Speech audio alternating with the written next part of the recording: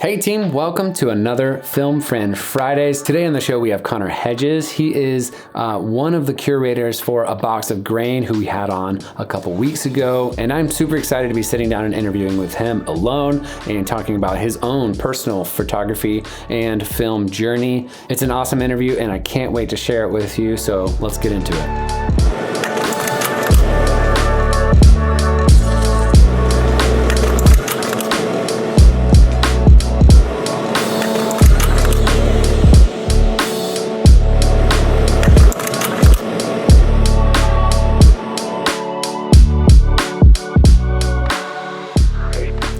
Hey Connor, how's it going? Good, how are you, Will? Thanks for having me on today. Yeah, for sure. Thanks for being on. I had a pleasure talking to you guys a couple weeks ago about A Box of Grain and learning about what you guys are doing there. It's absolutely awesome. Seeing all that, the music behind it, the whole process behind the page and what you guys are going for, y'all's specific feed. So thank you so much for talking to me about all that. Yeah, it's no problem, man. Taylor and I are stoked to see where this page goes, the slow or fast progression of it, I guess. Yeah, for sure. Well, I think you guys are killing it, and it's really awesome. Thank you. Yeah, we're happy to be, I guess, dabbled in with the other feature accounts now. Yeah. Well, so yeah, tell me about you. Tell me about where you're from, what you're up to, and yeah, a little bit of your backstory. Yeah, for sure. So I'm Connor Hedges, at Connor Hedges _ on Instagram, from Orange County, so Southern California. Just started shooting film in just right after Christmas, 2019. So not a long time now. I've always had the eye or passion for photography, but always just kind of use my phone or disposable cameras, as well as just really entry level digital cameras like Canon Rebels and stuff like that, just because they're like the most cost effective, way to get into photography. And then I started shooting film after Christmas. My brother got me a camera and I really haven't looked back since. And I'm actually getting back into digital right now, but primarily, shooting film still. So yeah, Taylor was saying that he got you hooked on the Fuji system. Film. Yeah, dude. I still haven't. I mean, I haven't been out using. I just haven't had the time, honestly. But I got the Fuji X2 and got a 23 millimeter prime lens, which is like equivalent to a 35 because of the crop sensor. But yeah, I love it. The image quality is insane. I haven't had a good digital camera, so it's just kind of mind blowing to me right now to see these raw files and barely needing edits, Yeah, for sure.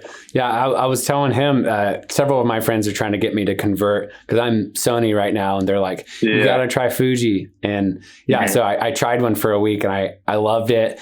It was everything I wanted out of color. There was a couple pitfalls with the camera, but oh my gosh, it's such a dope camera though. Yeah, no, it really is. Yeah. Yeah, X-T2 is I guess 2 models ago, but I got a really good deal on the used one and bought a brand new lens. So, I mean, I guess brand new glass is the way to go. But yeah, I'm stoked to kind of just, I guess, use it just for fun and maybe small commercial work if that comes my way. Yeah, for sure. So you're still in school. Ago, what are you? I got a really good deal on the used one and bought a brand new lens. So, I mean, I guess brand new glass is the way to go. But yeah, I'm stoked to kind of just, I guess, use it just for fun and maybe small commercial work if that comes my way.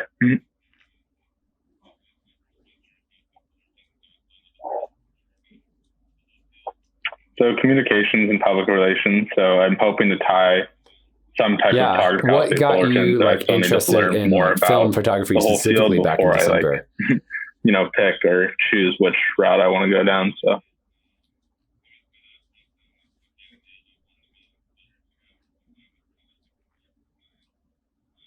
Back in December, well, my dad passed down a Canon AE1 to me a few years ago. So I always had it in the back of my mind. I had no idea it worked. And I guess soon down the road, I put a battery in it and tested some film with it, and it does work. I shoot with it. It's on my primary. Hold on 1 second. Sorry. Hey. I just thought you were done, but I didn't hear talking. Oh, I'm sorry. I just a little bit more. Is that okay? Do you need something? No, I ate your pepper and I'm sorry. Okay. That's okay.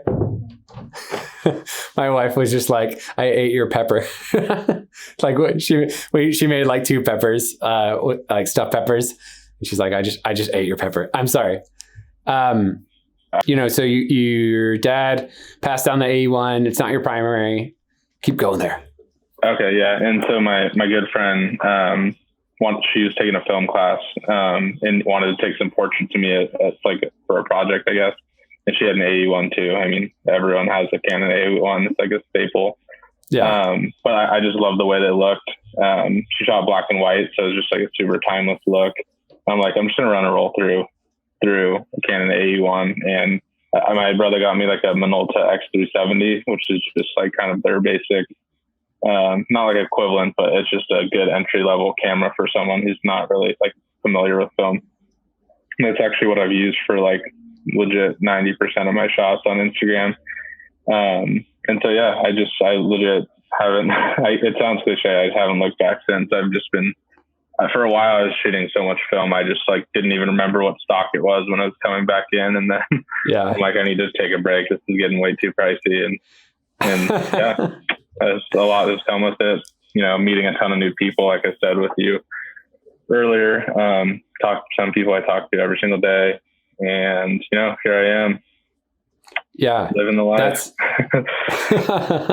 That's awesome. Do you, I feel like I've talked to several people that have started generally this year.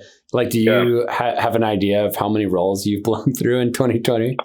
In 2020, I mean, there's some people that like blow through, like, I feel like, well, see, I only shoot 35 millimeter. I don't shoot the 120. So obviously they're blowing through a lot more rolls because there's not as many frames, but I want to say maybe like 30, I'd say around, probably something like 30 to 35.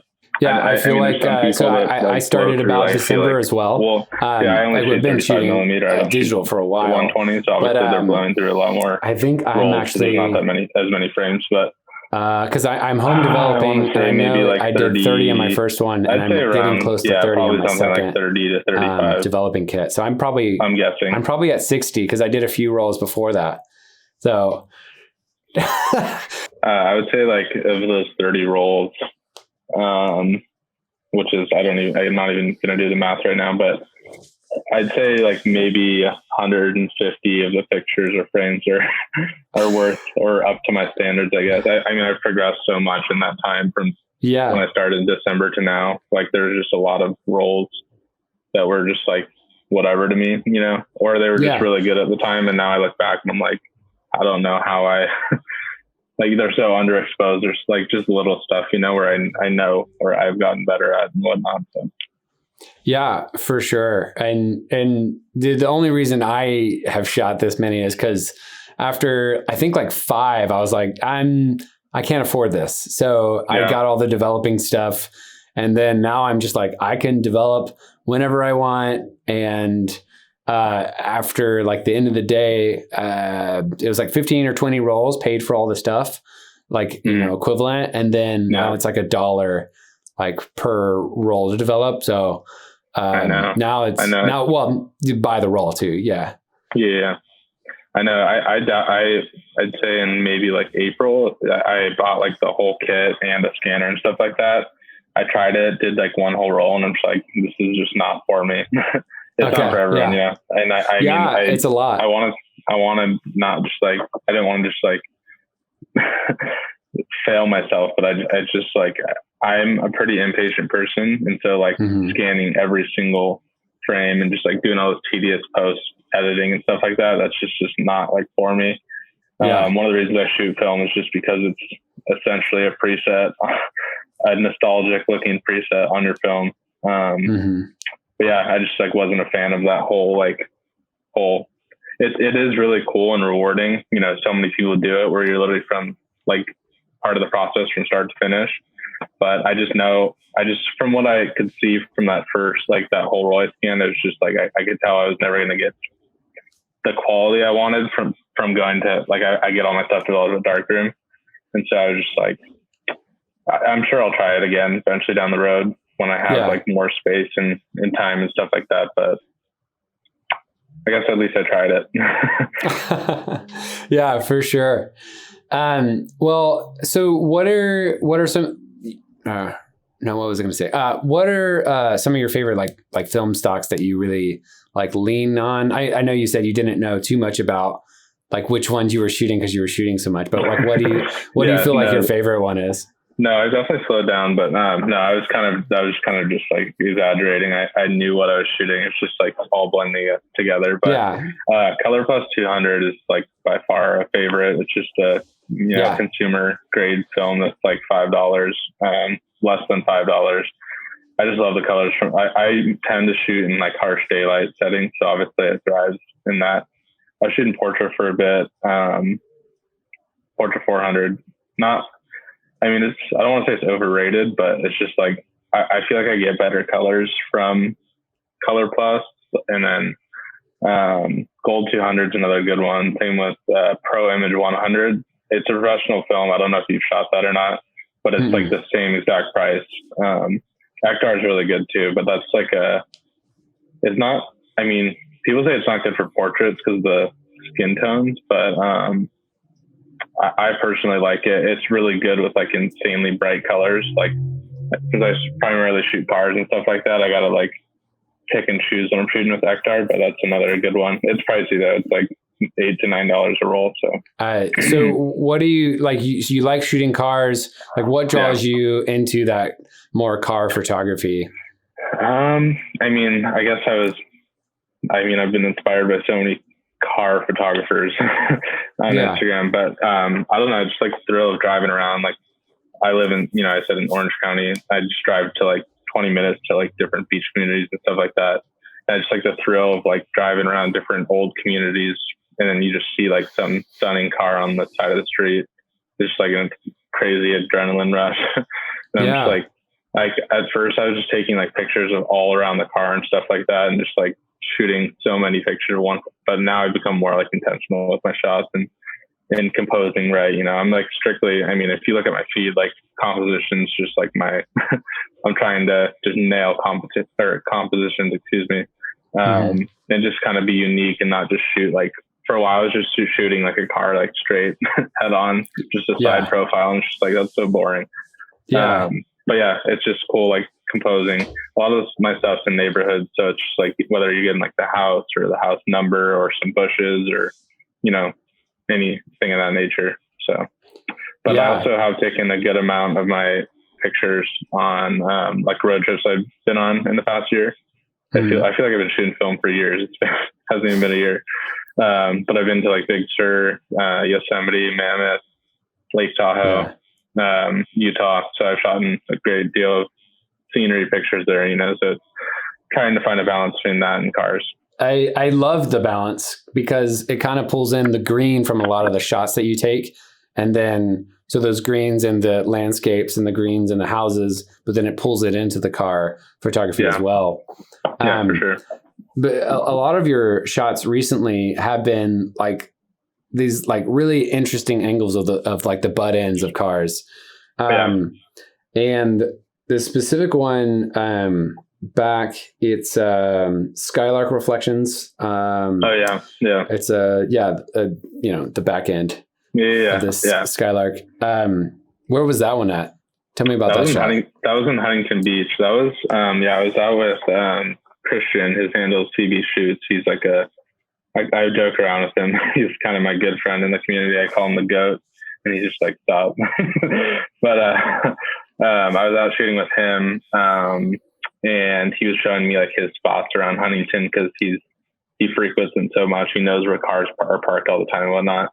He's like, you need to get like this car is a crazy colors, like a candy apple red Skylark, and I've never personally seen that car before in my life, or on shooting. And there's like some huge like palm fronds kind of reflecting on the window, and that caught my attention for sure. And that light, right there on the window, you can see that reflection so perfectly. And I just love when the light hits that just reflects like that all over these cars. Yeah. You're so good at capturing that. And I think that's what draws in a lot of photographers to these images. Yeah, I appreciate it. But yeah, dude, you nailed it. And that the red really popped. Do you know what film stock you're using on this one? I was using XR on that one. Okay. I was loading in. It was in my Canon 81 actually that I was talking about earlier. But yeah, I just it was kind of like a gloomy day, and like XR was one of the only stocks that I had on me, and I was just like, let's see what I can do here. There's sometimes just like those situations where you're like, okay, this just might not turn out. But that was definitely like one of the probably the number one shots on the whole roll. So, dude, it was sick. Yeah. Thank you. And I mean, I love the other work that you're doing. Like I was saying, like it really pulls in. When you were talking about on A Box of Grain that you shoot a lot of Americana vibes. You can definitely see that in your work as well. Even as you scroll back, like it just looks good. And you really have an eye for it. I think light is something that you're really good at. Even like looking at, there's a Yosemite picture of Glacier Point. And dude, the light perfectly lands on Half Dome. And dude, that's an amazing shot. Yeah, it's definitely one of my number one shots. And like that whole trip, I was just like this has to turn out. And I shot like, I think 10 of the same, I mean, obviously different light at sunset, you know, I was up there. Yeah. That's like the highest point in Yosemite, but I was just like one of these has to turn out. I shot like, I was kind of bracketing and shooting different settings and stuff, and the clouds moving in and the light hitting Half Dome and stuff like that. But yeah, that's one of my number one shots for sure. So. Yeah, dude. Well, dude, you are hyper talented, man. Like I really think, I mean, you got a good eye, and one of my number one shots. And like that this, and I really think that you can go far. Like this has to turn out. And I shot like I think 10 of one of my number one shots, and like that whole trip world that you want to talk about. Like this has to dive into. I'd just say like a shout out to all the people that have, you know, I guess I've met on like in my time on Instagram. I guess like sharing and using hashtags and tagging feature accounts and whatnot. But I think it's just crazy to think like I haven't met any one of these people, but I talk to them so frequently. So I definitely want to link up with them in all their different states, or if they come here and stuff like that down the road. I think that'd be awesome, because it's like I know their whole life, but I don't know how they talk or, you know, how they sound. So I just appreciate everyone supporting my work. It really keeps me wanting to, you know, better myself and keep going, you know, with the craft. So yeah, really shout out to everyone in the Instagram community. Follow Box of Grain. Thank you. Yeah, dude. Well, that's a great word for sure. This community is so awesome, and it's cool to be a part of it and see what you're doing in there too, man. Yeah, well, dude, Connor, it's been awesome talking with you. It really it's absolutely cool seeing your work, and I love A Box of Grain. Better myself. You and Taylor are killing it. You know, with the craft. So yeah, thanks so much for being on, man. Really shout out to everyone in the Instagram community. Follow Box of Grain. Dude. Thank you. I'll see you. Guys, thank you so much for watching that interview with Connor. It was so much fun talking with him and seeing the journey that he wants to go in his film photography and in his schooling, pursuing that in his career. So awesome. His work is amazing. I love the car photography, and it really is like a shining moment of film photography right now. And he's nailing it to the T. So check out his Instagram, links below. And if you're liking these Film Friend Friday videos, definitely like and subscribe, hit that bell. You'll get a notification about each Film Friend Friday coming on out. Go find me on Instagram at OneWorldCobb, like the Film Friend Fridays page, and we'll see you on the next Film Friend Fridays. Peace.